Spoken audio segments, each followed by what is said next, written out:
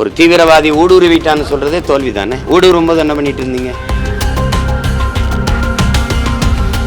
இவ்வளவு பெரிய வலிமையான கட்டமைப்பு, உளவு கட்டமைப்பு, பாதுகாப்பு கட்டமைப்பு, 3 படைப்பிரிவு இவ்வளவு இருந்து திடீர்னு ஒரு வன்முறை தாக்குதல் வந்தால் ஒரு மதத்தை பழிய போட்டு அப்படி தப்பிச்சு போறதை அது ஏற்க முடியாது. அது தெரியல. ஒரு நாடு தன்னை தற்காத்துக்கொள்ள அது சொல்லும், எங்களுக்கு அதுக்கு சம்பந்தம் இல்லைன்னு சொல்லும்.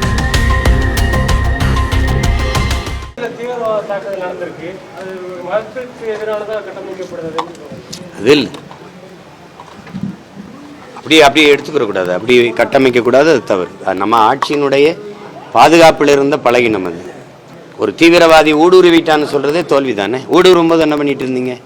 இப்போ நான் என் வீட்டுக்கு ஒரு வாயில் காவலர் போடுறேன் அப்படின்னா, திருடனை விரட்டி பிடிக்கவா, வரும்போது தடுத்து பிடிக்கவா? திருட வரும்போது தடுத்து பிடிக்கவா, திருடிட்டு போகும்போது விரட்டி பிடிக்கவா? நீங்கள் சொல்லுங்கள். இவ்வளவு பெரிய வலிமையான கட்டமைப்பு, உளவு கட்டமைப்பு, பாதுகாப்பு கட்டமைப்பு, 3 படைப்பிரிவு இவ்வளவு இருந்து ஊடுருவி தாக்குதல் நடத்துகிற வரைக்கும் என்ன பண்ணிட்டு இருந்தீங்க? அப்படித்தான் புல்வாமாவில் நடந்துச்சு, இப்போ நடந்திருக்கு. இதை ஒரு மதத்தின் மீது பழியப்படுவது எப்படி? நம்மளுடைய பாதுகாப்புத்துறையினுடைய பலகீனம், நம்மளுடைய குறைபாடு. தடுத்திருக்க முடியும்ல. அப்போ திடீர்னு இதை இவ்வளோ தூரம் விட்டுட்டு இப்போ திடீர்னு ஒரு மதத்தின் மீது பழிய சுமத்துறதை ஏற்க முடியாது. எந்த மதத்தில் தீவிரவாதம் இல்லை?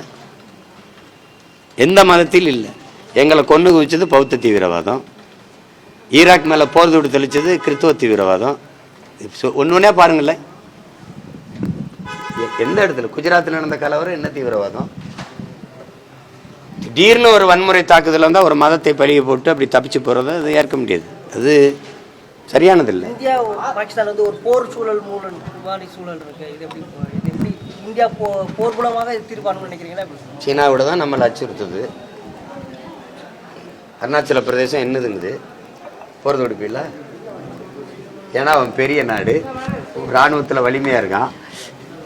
இவன் உங்கள் மகன், நீங்கள் பெத்து போட்ட பிள்ளை, பாகிஸ்தான் சின்ன நாடு, உடனே மிரட்டுறீங்க அவனை.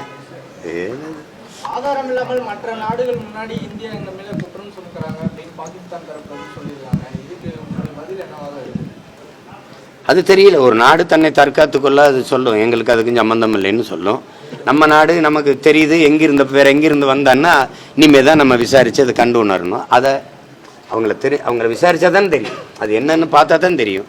இது எங்கிருந்து வந்தது, யார், என்ன நோக்கத்துக்காக இந்த தாக்குதல் நடத்தப்பட்டிருக்கு, எதுவுமே தெரியாமல் நம்ம இரு நாடு இதுகளுக்கு இடையிலே நம்ம ஒரு கருத்தை சிறுபுலத்தனமாக பதிவு செய்ய முடியாது. ஏன்னா இது மிகுந்த பொறுப்புமிக்க ஒரு இது, நாட்டின் பாதுகாப்பு சம்மந்தப்பட்டது. அதனால மிக கவனமாக நம்ம பதிவு செய்யணும் வார்த்தையில். இவ்வளோ துயரமான சம்பவம் நடந்திருக்கு, பெரிய ஷூட்லாம் நடந்திருக்கு. ஆனால் பாகிஸ்தான் தூதரத்துக்கு கேக் வாங்கிட்டு போயிருக்காங்க காலையில். யார்? அவங்க அந்த தூதரத்துக்குள்ள வேலை செய்யக்கூடிய ஊழியர்கள் இந்த கேக்கை எடுத்துகிட்டு போயிருக்காங்க. அதெல்லாம் பாதிக்கப்பட்ட மக்களை கொண்டிருக்கிற ஒரு நாட்டின் மக்களுக்கு அதெல்லாம் எரிச்சல் ஊட்டுகிற, கோபம் ஊட்டுகிற ஒரு செயல். அந்த மாதிரி இதெல்லாம் தவிர்க்கணும்.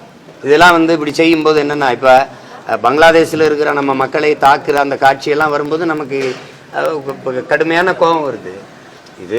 இது நல்ல போக்கு இல்லை, இந்த மாதிரி போக்கு இல்லை. எல்லாருமே அதை கவனத்தில் எடுத்துக்கிட்டு அதை கலைய முயற்சிக்கணுமே ஒழிய, இப்போ இந்த காட்சியை பார்க்கும்போது இவங்க வர நம்ம செத்து கிடக்குறோம், அவங்க இன்சுவை கட்டி தூக்கிட்டு உள்ள வராமன்னு வெறுப்பாக தான் இருக்கும். அதெல்லாம் தவிர்க்கணும். இரு நாட்டின் நட்புறவை பேண நினைக்கிற தலைவர்கள் அதை தவிர்க்கணும்.